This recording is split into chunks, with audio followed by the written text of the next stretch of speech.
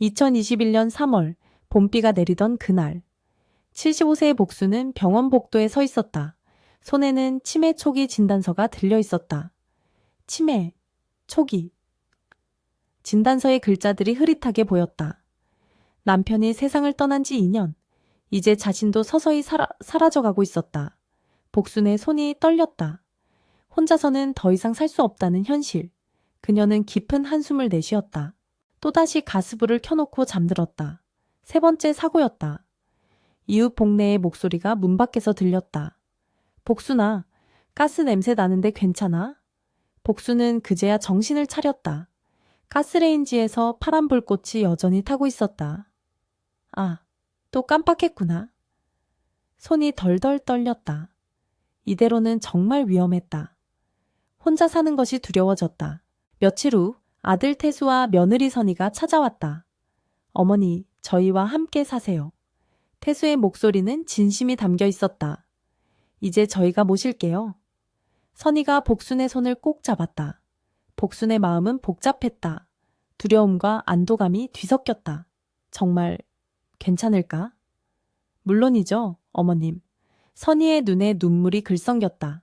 어머님, 이제 저희가 모실게요. 선희의 목소리는 꿀처럼 달콤했다. 47세의 며느리는 눈물까지 글썽였다.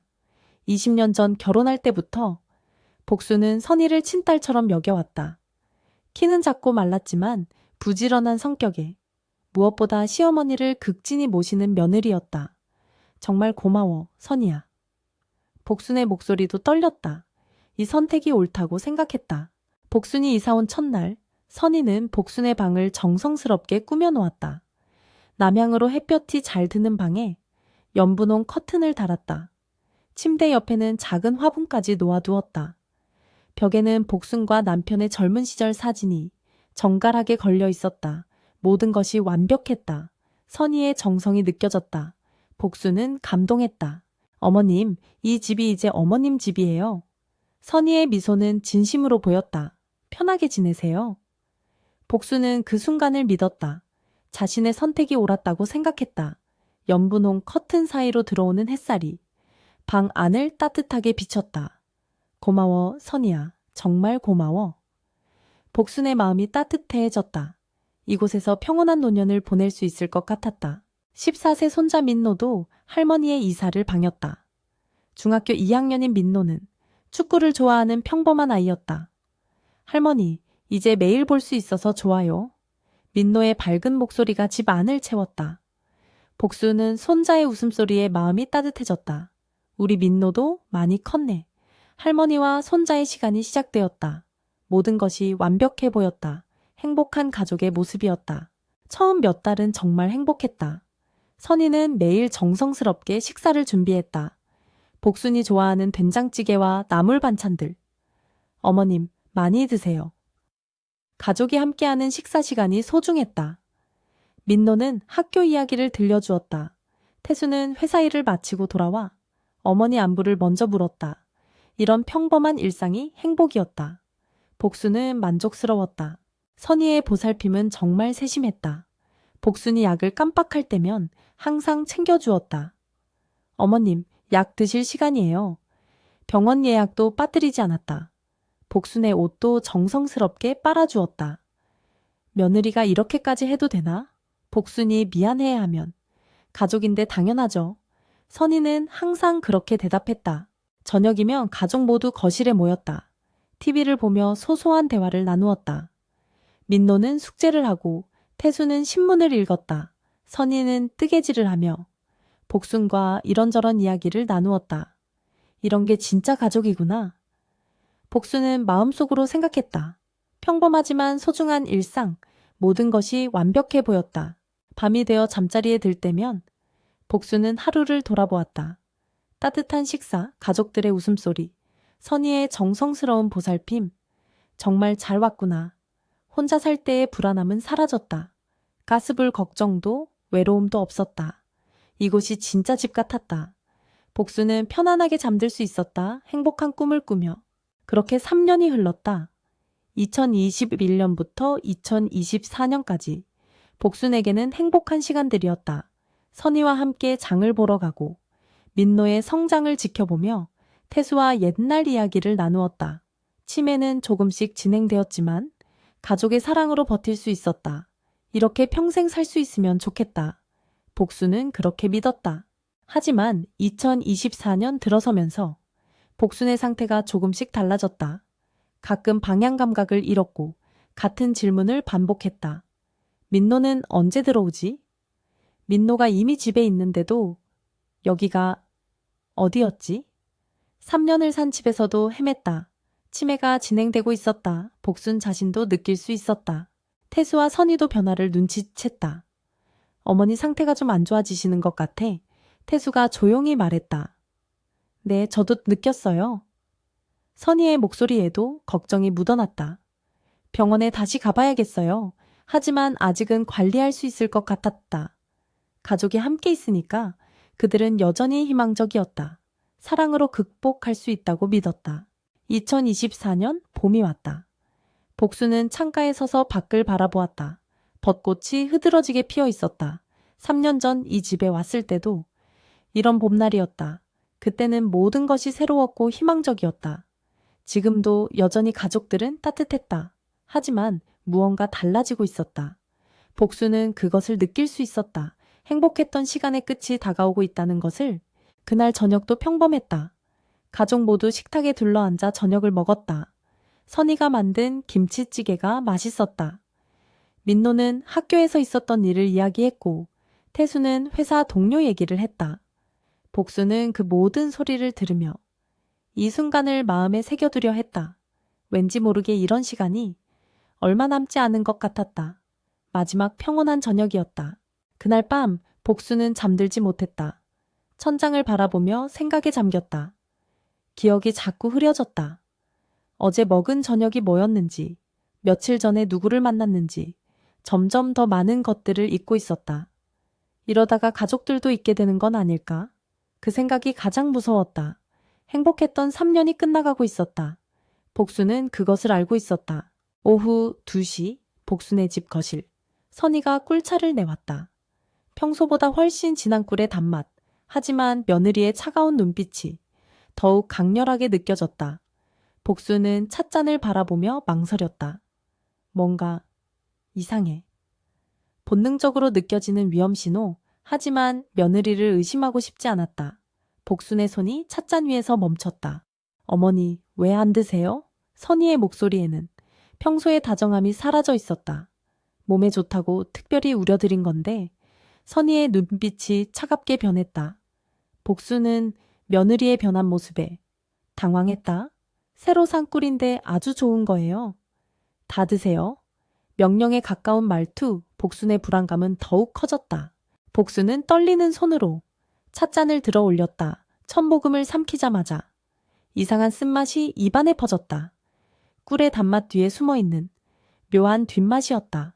맛이 좀 이상한 것 같은데 복순이 조심스럽게 말했다. 하지만 선희의 표정은 변하지 않았다. 가정의 평화를 깨뜨리고 싶지 않아 복수는 남은 차를 억지로 마셨다. 30분쯤 지나자 이상할 정도로 졸음이 몰려왔다. 평소라면 오후 시간에 이렇게 잠이 올 리 없었는데 복순의 눈꺼풀이 무거워졌다. 어머니, 피곤하시죠? 선희가 다가왔다. 방에 가서 좀 쉬세요.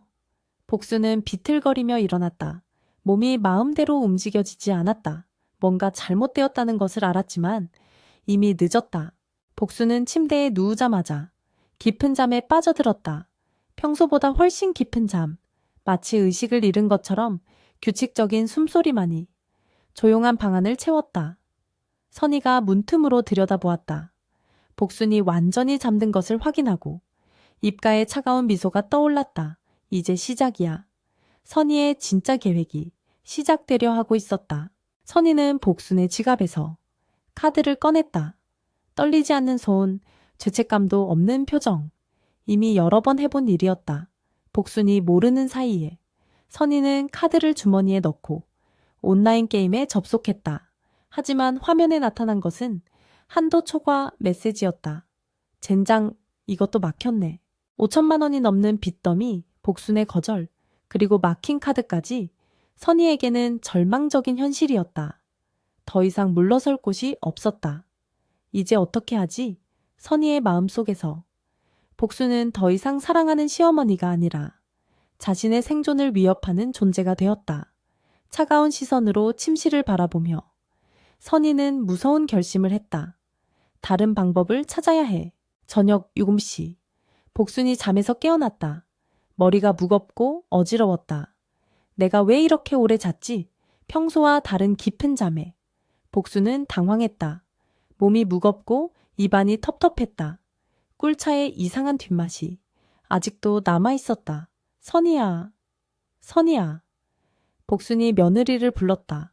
하지만 대답이 없었다. 복순은 비틀거리며 방을 나왔다. 거실도 부엌도 비어 있었다. 선희가 어디 갔지?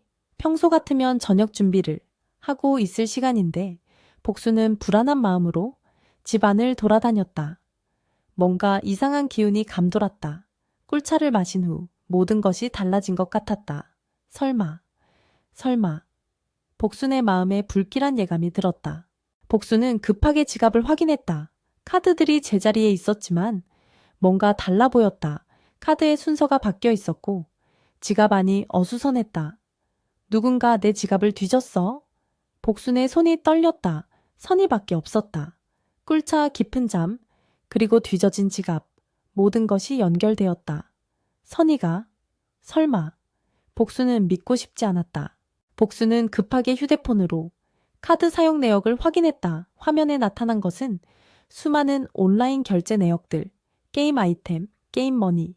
복순이 전혀 모르는 결제들이 끊임없이 이어져 있었다. 이게 다 뭐야? 총 금액을 보고 복순은 주저앉았다. 수천만 원이 빠져나가 있었다. 선희가 정말 저녁 8시 선희가 집으로 돌아왔다. 평소보다 조심스러운 발걸음, 복순이 깨어있을지 모른다는 불안감이 있었다. 어머니, 다녀왔어요. 평상시와 다름없는 목소리로 선희가 인사했다.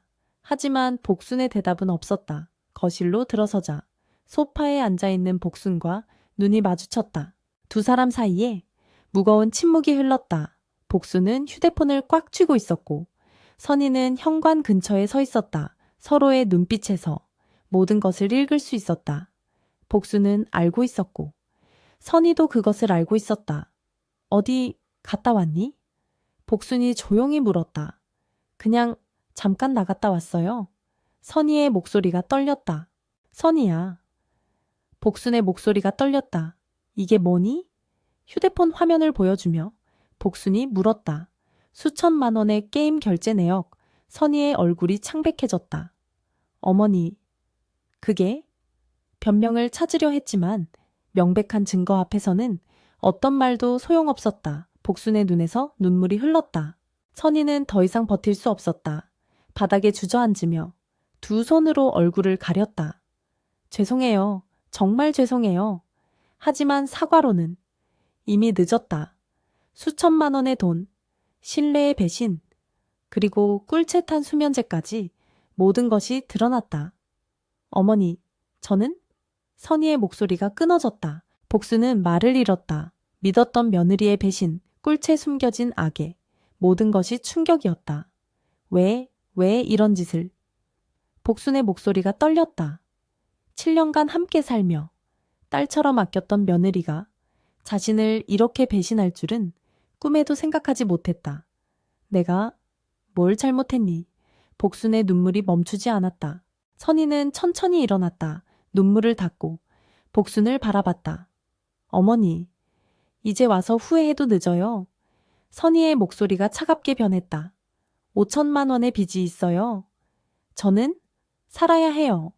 이미 선을 넘어선 선희에게는 돌아갈 길이 없었다.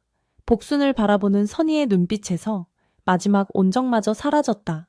8월의 무더운 어느 날 복순은 거울 앞에 섰다. 4, 5kg까지 떨어진 몸무게, 광대뼈가 도드라지고 눈이 움푹 들어간 자신의 모습. 이게 나야? 거울 속 모습이 낯설었다. 마치 다른 사람을 보는 것 같았다. 떨리는 손으로 볼을 만졌다. 살이 빠져 뼈만 남은 얼굴. 복수는 충격에 빠졌다. 어머니, 오늘도 꿀차 드세요. 선희가 평소보다 진한 꿀차를 내밀었다. 복수는 컵을 받으며 손끝에 떨림을 느꼈다. 언제부터인가 차를 마신 후면 온몸이 나른해지고 의식이 흐려졌다. 하지만 거부할 용기가 없었다. 고마워요. 달콤한 꿀맛 뒤에 쓴맛이 돌았다. 치매 때문일까? 복수는 확신할 수 없었다. 선희는 복순이 차를 다 마시는 것을 확인한 후 만족스러운 표정을 지었다. 그리고는 평소보다 더 다정한 목소리로 어머니, 오늘은 베란다 청소를 부탁드려요. 태수가 친구들을 집에 데려온다고 하네요. 복수는 고개를 끄덕였다. 이미 온몸이 무거워지기 시작했지만 며느리의 부탁을 거절할 수 없었다. 가정의 평화를 위해서라면 이 정도는 참을 수 있다고 생각했다. 민노는 방 안에서 수학 문제집을 펼쳐놓고 있었지만 실제로는 거실의 상황을 주의 깊게 관찰하고 있었다. 어머니가 할머니에게 건넨 차의 색깔이 평소와 달랐다는 것을 놓치지 않았다. 또 뭔가 탔구나. 민노는 스마트폰을 조심스럽게 꺼내 녹음 기능을 켰다. 지난달부터 시작한 증거 수집이 이제는 일상이 되어버렸다. 할머니를 지켜야 한다는 사명감이 그를 움직이고 있었다. 며칠 후 복내가 복순을 만나러 왔다.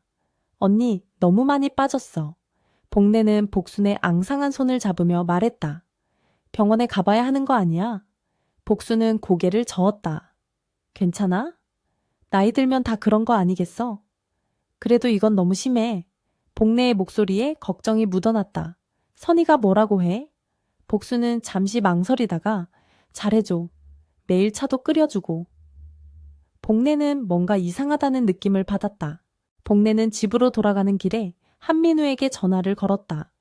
복순이 언니가 너무 이상해. 뭔가 잘못된 것 같아. 한민우는 복내의 말을 들으며 자신도 느꼈던 의심을 떠올렸다. 나도 그런 생각을 했어. 선희가 뭔가 숨기고 있는 것 같더라고. 우리가 직접 확인해 봐야겠어. 두 사람은 복순을 구하기 위한 계획을 세우기 시작했다. 그날 밤 민노는 방에서 지금까지 녹음한 파일들을 정리했다. 어머니의 의심스러운 행동들, 할머니의 급격한 변화, 모든 것이 증거가 되고 있었다. 이제 더 이상 참을 수 없어. 민노는 결심했다. 할머니를 구하기 위해서라면 어머니와 맞서는 것도 두렵지 않았다. 그는 조심스럽게 문자를 보냈다. 복내 할머니에게. 할머니, 도움이 필요해요. 다음날 오후 복수는 베란다 청소를 하고 있었다. 꿀차를 마신 후 온몸이 무거웠지만 선희의 부탁을 거절할 수 없었다. 걸레질을 하던 중 갑자기 다리에 힘이 빠졌다. 어머, 복수는 벽에 기대며 주저앉았다. 숨이 가빠오고 시야가 흐려졌다. 이러다가 정말 죽는 건 아닐까? 처음으로 죽음에 대한 공포가 엄습했다. 선희는 베란다에서 쓰러진 복순을 발견했다. 하지만 놀라거나 당황하지 않았다. 오히려 예상했던 일이라는 듯 냉정하게 상황을 지켜봤다. 조금만 더... 선희는 속으로 중얼거렸다. 조금만 더 참으면 끝이야. 그제서야 복순에게 다가가. 어머니, 괜찮으세요? 가짜 걱정스러운 목소리로 물었다. 복수는 간신히 고개를 들어. 괜찮아. 잠깐 어지러웠을 뿐이야. 태수는 거실에서 TV를 보고 있었다. 어머니가 베란다에서 쓰러진 것도 모른 채 오락 프로그램에만 집중하고 있었다. 태수야, 어머니가 쓰러지셨어. 선희가 알렸지만 태수는 고개도 돌리지 않았다. 또? 요즘 자주 그러시네. 병원에 모시고 가야 하는 거 아니야? 괜찮다고 하시는데 뭘? 태수의 무관심한 반응에 선희는 안도의 한숨을 쉬었다. 민노만이 할머니를 진심으로 걱정했다. 할머니, 괜찮으세요? 민노는 복순을 조심스럽게 부축했다. 물 좀 드세요. 복순은 민노의 따뜻한 손길에 눈물이 핑 돌았다. 고마워, 민노야. 할머니는 정말 괜찮으세요? 민노의 진심 어린 목소리에 복순은 잠시 망설였다. 이 아이에게만은 진실을 말해야 할까? 하지만 결국 고개를 저었다. 복내는 민노의 문자를 받고 즉시 한민우에게 연락했다. 더 이상 기다릴 수 없어. 오늘 당장 가봐야겠어. 한민우도 동의했다. 맞아. 뭔가 잘못되고 있어. 복순이를 직접 만나보자. 두 사람은 복순의 집으로 향했다. 이번에는 선희의 방해를 받지 않고 복순과 단둘이 이야기할 계획이었다. 진실을 밝혀낼 때가 온 것이다. 복래와 한민우가 갑자기 찾아왔다. 선희는 당황했지만 애써 평정을 유지하려 했다. 어머, 갑자기 웬일이세요? 복순이 언니 좀 뵙고 싶어서요. 복래의 단호한 목소리에 선희는 거부할 수 없었다. 어머니는 지금 좀 편찮으셔서 그래서 더 걱정이 되는 거예요. 한민우가 끼어들었다. 선희는 어쩔 수 없이 문을 열었다. 복수는 복래와 한민우를 보자 마음이 무너져 내렸다. 그동안 혼자 견뎌온 고통이 한순간에 밀려왔다. 언니, 복순의 목소리가 떨렸다. 나 정말 힘들어. 복래는 복순의 손을 꽉 잡았다. 무슨 일인지 말해봐. 우리가 도와줄게. 복수는 선희를 흘끗 바라보며 망설였다.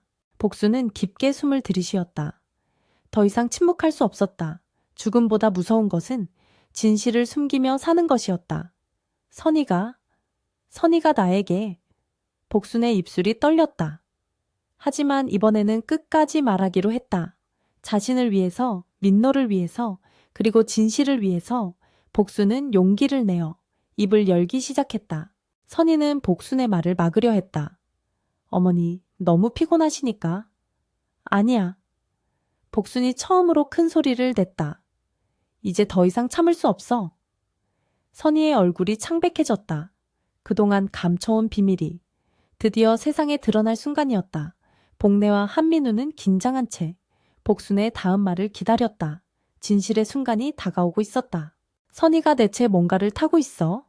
복순의 고백이 시작됐다. 매일 이상한 맛이 나는 차를. 어머니. 선희가 다급히 말렸지만 복순은 멈추지 않았다. 나를 서서히 죽이려 하고 있어. 방 안이 정적에 휩싸였다. 복래와 한민우는 충격에 빠졌고 선희는 모든 것이 끝났다는 걸 깨달았다. 마침내 진실이 드러난 순간이었다. 민노의 휴대폰 화면에서 충격적인 동영상이 재생되기 시작했다. 선희가 수면제 알약을 갈아서 꿀채 타는 모습이 또렷하게 보였다. 병실 안의 공기가 얼어붙었다. 태수의 얼굴이 창백해졌고 선희는 벽에 등을 기댄 채 입술을 파르르 떨었다. 이게 뭐야? 태수의 목소리가 떨렸다. 그 순간 복순이 천천히 눈을 떴다. 3일간의 혼수 상태에서 깨어난 것이다. 병실 안의 긴장된 분위기를 그녀가 감지했다.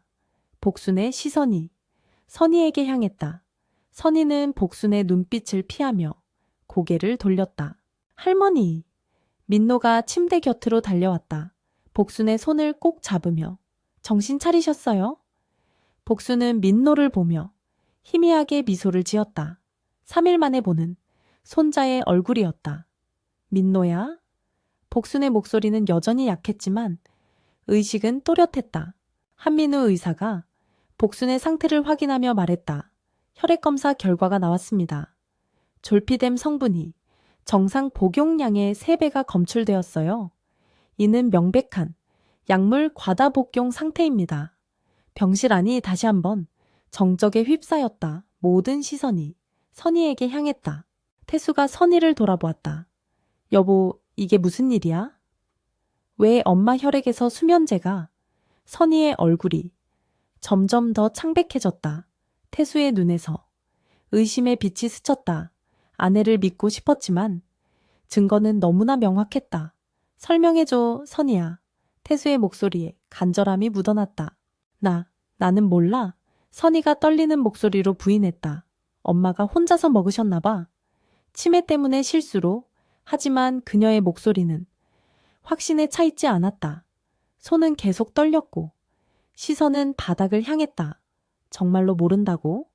민노의 날카로운 질문이 병실을 가득 채웠다. 실수? 민노가 휴대폰을 들어올리며 분노에 찬 목소리로 말했다. 이것도 실수예요. 두 번째 동영상이 재생되기 시작했다. 선희가 복순을 베란다로 끌고 나가는 모습, 걸레질을 시키는 모습, 밥을 주지 않고 방에 가두는 모습들이 연속으로 나타났다. 복순이 쓰러져도 외면하는 선희의 모습까지 화면에 그대로 담겨 있었다. 태수는 말을 잃었다. 자신이 알던 아내의 모습과 화면 속 모습이 너무 달랐다. 이게 정말 당신이야? 태수의 목소리는 믿을 수 없다는 듯 떨렸다. 선희는 더 이상 변명할 말을 찾지 못했다. 민노야, 이걸 언제부터? 태수가 떨리는 목소리로 물었다. 왜 아빠한테 말하지 않았어? 민노는 아버지를 바라보며 슬픈 표정을 지었다. 말해도 믿어주지 않을 거라고 생각했어요. 엄마가 항상 할머니가 치매 때문에 헛소리 한다고 하셨잖아요. 태수의 가슴이 먹먹해졌다. 할머니가 매일 울면서 도와달라고 하셨어요.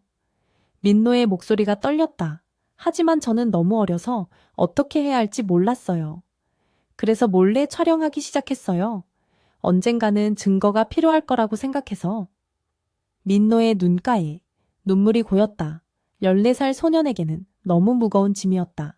나도 힘들었어. 선희가 절망적인 목소리로 말했다. 치매 환자를 돌보는 게 얼마나 힘든지 아세요? 매일 똑같은 질문, 똑같은 실수들. 나도 사람이에요. 한계가 있다고요. 하지만 그 어떤 변명도 학대를 정당화할 수는 없었다. 병실은 무거운 침묵에 잠겼다. 복순이 천천히 입을 열었다. 선희가 맞아. 약한 목소리였지만 또렷하게 들렸다. 매일 수면제를 줬어. 밥도 안 주고 베란다에서 걸레질 시키고. 복순의 증언은 동영상과 정확히 일치했다. 선희는 더 이상 부인할 수 없었다. 태수는 의자에 주저앉았다. 두 손으로 얼굴을 감싸며 깊은 한숨을 내쉬었다. 어떻게 이럴 수가? 믿었던 아내가 어머니를 학대했다는 사실이 받아들여지지 않았다. 나는 뭘 했던 거지? 자책감이 밀려왔다. 어머니의 신호를 왜 알아차리지 못했을까? 한민우 의사가 휴대폰을 꺼내 들었다. 경찰에 신고해야겠습니다. 이는 명백한 노인학대 사건이고 의료진으로서 신고 의무가 있어요. 선희의 얼굴이 더욱 창백해졌다. 잠깐만요. 선희가 다급하게 말했지만 한민우는 이미 전화를 걸기 시작했다. 제발 이해해 주세요. 선희가 울면서 호소했다. 저도 정말 힘들었어요. 치매 환자 돌보느라 제 인생이 없어졌어요. 하지만 그 누구도 그녀의 말에 동조하지 않았다. 학대는 어떤 이유로도 정당화될 수 없었다. 선희는 무너져 내렸다. 신고 접수되었습니다. 한민우가 전화를 끊으며 말했다. 곧 경찰이 올 거예요. 병실 안의 공기가 더욱 무거워졌다. 선희는 벽에 기대어 절망에 빠져 있었고 태수는 여전히 현실을 받아들이지 못하고 있었다. 민노만이 할머니 곁에서 복순의 손을 꼭 잡고 있었다. 복순이 민노의 손을 더욱 꼭 잡았다. 고마워, 민노야. 네가 아니었다면. 민노는 할머니를 바라보며 눈물을 흘렸다. 이제 괜찮아질 거예요, 할머니. 아무도 할머니를 괴롭히지 못할 거예요. 길고 어두웠던 침묵이 마침내 깨어졌다. 진실의 빛이 병실을 비추고 있었다. 병원 병실 하얀 천장 아래 복수는 깊은 숨을 들이마셨다. 75년을 살아오며 이렇게 무서웠던 순간이 있었을까? 하지만 이번만큼은 도망갈 수 없었다. 더 이상 침묵할 수 없었다. 이제 말해야 해. 복순의 눈빛이 단호해졌다. 진실을 말할 용기가 필요한 순간이었다. 할머니, 괜찮으시죠? 민노가 복순의 손을 꼭 잡았다. 복순은 고개를 끄덕였다. 14살밖에 안 된 손자가 자신을 구하기 위해 얼마나 많은 것을 감당했는지 생각하니 가슴이 먹먹했다. 민노야, 할머니가 미안하다. 복순의 목소리가 떨렸다. 할머니가 용기가 없어서 너까지 이런 고생을 시켰구나. 병실 문을 두드리는 소리가 들렸다. 경찰관이 한민우 의사와 함께 들어왔다. 그들의 표정은 진지했다. 복순 할머니, 진술하실 준비가 되셨나요? 병실 안의 공기가 무거워졌다. 드디어 진실을 말해야 할 시간이 왔다. 복순은 깊게 숨을 들이마시다. 복순은 태수를 바라봤다. 내 아들은 지난 사흘 동안 늙어버린 것 같았다. 눈가에 깊은 주름이 패이고 어깨가 축 처져 있었다. 엄마, 무리하지 마세요. 나중에 해도? 아니다, 태수야. 복순이 고개를 저었다. 지금 해야 한다. 더 이상 미룰 수 없어. 경찰관이 녹음기를 켰다. 작은 기계였지만 그 속에 담길 복순의 목소리가 모든 것을 바꿀 것이라는 걸 알고 있었다. 복순의 입술이 떨렸다. 하지만 더 이상 침묵할 수 없었다. 말할 준비가 됐어요. 복순이 천천히 입을 열었다. 7월부터, 아니, 정확히는 6월 말부터였습니다. 복순이 천천히 말을 시작했다. 선이가 돈을 빌려달라고 했을 때부터요. 태수가 깜짝 놀라며 복순을 바라봤다. 처음 듣는 이야기였다. 선이가 5천만 원이 필요하다고 했어요. 복순의 목소리가 떨렸지만 계속되었다. 그때부터 모든 것이 시작됐습니다. 태수의 눈이 크게 떠졌다. 엄마? 그런 일이? 선이에 대한 이야기는 처음 듣는 것이었다. 왜 말씀하지 않으셨어요? 태수의 목소리가 떨렸다. 복수는 고개를 돌렸다. 미안하다, 아들아. 엄마가 너무 무서웠어. 태수는 주먹을 꽉 쥐었다. 처음엔 그냥 빌려달라고만 했어요. 복순의 손이 떨렸다. 하지만 돈이 없다고 하니까 선이가 달라졌어요. 민노 얘기를 하기 시작했죠. 할머니가 도와주지 않으면 민노한테 안 좋은 일이 생길 수도 있어요. 라고. 복순의 목소리가 더욱 떨렸다. 그때부터 정말 무서웠어요. 민노는 아무것도 모르고 있었어요. 복순이 손자를 바라봤다. 이 아이만큼은 지켜야 한다고 생각했죠. 그래서 돈을 주기 시작했어요. 민노의 눈에도 눈물이 고였다. 할머니. 제가 몰라서 죄송해요. 복순이 고개를 저었다. 네 잘못이 아니야, 민노야. 처음엔 예금을 해약했어요. 그 다음엔 집을 담보로 대출을 받았죠. 태수가 깜짝 놀랐다. 엄마, 집을? 미안하다, 태수야. 복순의 목소리가 작아졌다. 다른 방법이 없었어. 선이가 계속 더 달라고 했거든. 처음 5천만 원이 1억이 되고 나중엔 2억까지. 선희 씨가 직접 협박을 했나요? 경찰관이 구체적으로 물었다. 복수는 잠시 망설였다. 직접적으로는 아니었어요. 하지만 늘 민노 얘기를 했죠. 민노가 학교에서 안전할까요? 요즘 아이들한테 무슨 일이 생길지 몰라요. 이런 식으로요. 경찰관이 고개를 끄덕이며 기록했다. 한민우 의사가 입을 열었다. 복순 할머니의 상태를 보면 극심한 스트레스를 받으신 게 확실합니다. 혈압 상승, 불면증, 식욕부진. 모두 심리적 압박의 증상이에요. 경찰관이 고개를 끄덕였다. 의학적으로도 피해 상황이 명확하군요. 한민우가 차트를 정리했다. 지속적인 치료가 필요한 상태입니다. 태수의 주먹이 꽉 쥐어졌다. 선이가 감히. 어떻게 할머니께 그런 짓을. 태수의 목소리가 떨렸다. 엄마, 왜 진작 말씀하지 않으셨어요? 혼자서 이런 고통을. 복순이 아들의 손을 잡았다. 미안하다, 태수야. 엄마가 너무 무서웠어. 민노가 일어섰다. 저도 증언하겠어요. 14살 소년의 목소리는 떨렸지만 단호했다. 선이가 할머니를 괴롭히는 걸 제가 직접 봤어요. 복순이 깜짝 놀랐다. 민노야, 네가 알고 있었니? 할머니를 지키고 싶었어요. 민노의 눈빛이 흔들리지 않았다. 충분한 증언을 확보했습니다. 경찰관이 말했다. 선희 씨에 대한 수사를 시작하겠습니다. 사기, 협박, 노인학대 혐의로요. 복순의 얼굴에 안도감이 스쳤다. 정말 끝날 수 있는 건가요? 네, 할머니. 이제 안전하실 거예요. 태수가 복순의 손을 꼭 잡았다. 엄마, 이제 괜찮아요. 경찰이 떠난 후 병실에는 가족만 남았다. 할머니, 아빠, 미안해요. 민노가 먼저 말했다. 제가 더 일찍 도와드렸어야 했는데. 복순이 손자를 껴안았다. 고마워, 민노야. 네가 있어서 할머니가 용기 낼 수 있었어. 태수도 두 사람을 껴안았다. 오랜만에 느끼는 따뜻한 가족의 온기였다. 며칠 후 복순의 상태는 많이 호전되었다. 선희는 경찰에 체포되었고 사기로 받은 돈의 일부도 회수될 예정이었다. 할머니, 이제 정말 끝났어요. 민노가 창가에서 말했다. 창밖으로 따뜻한 햇살이 들어왔다. 응, 이제 새로 시작하자. 복순이 미소를 지었다. 75년 만에 느끼는 진정한 자유였다. 가족과 함께하는 새로운 시작이었다.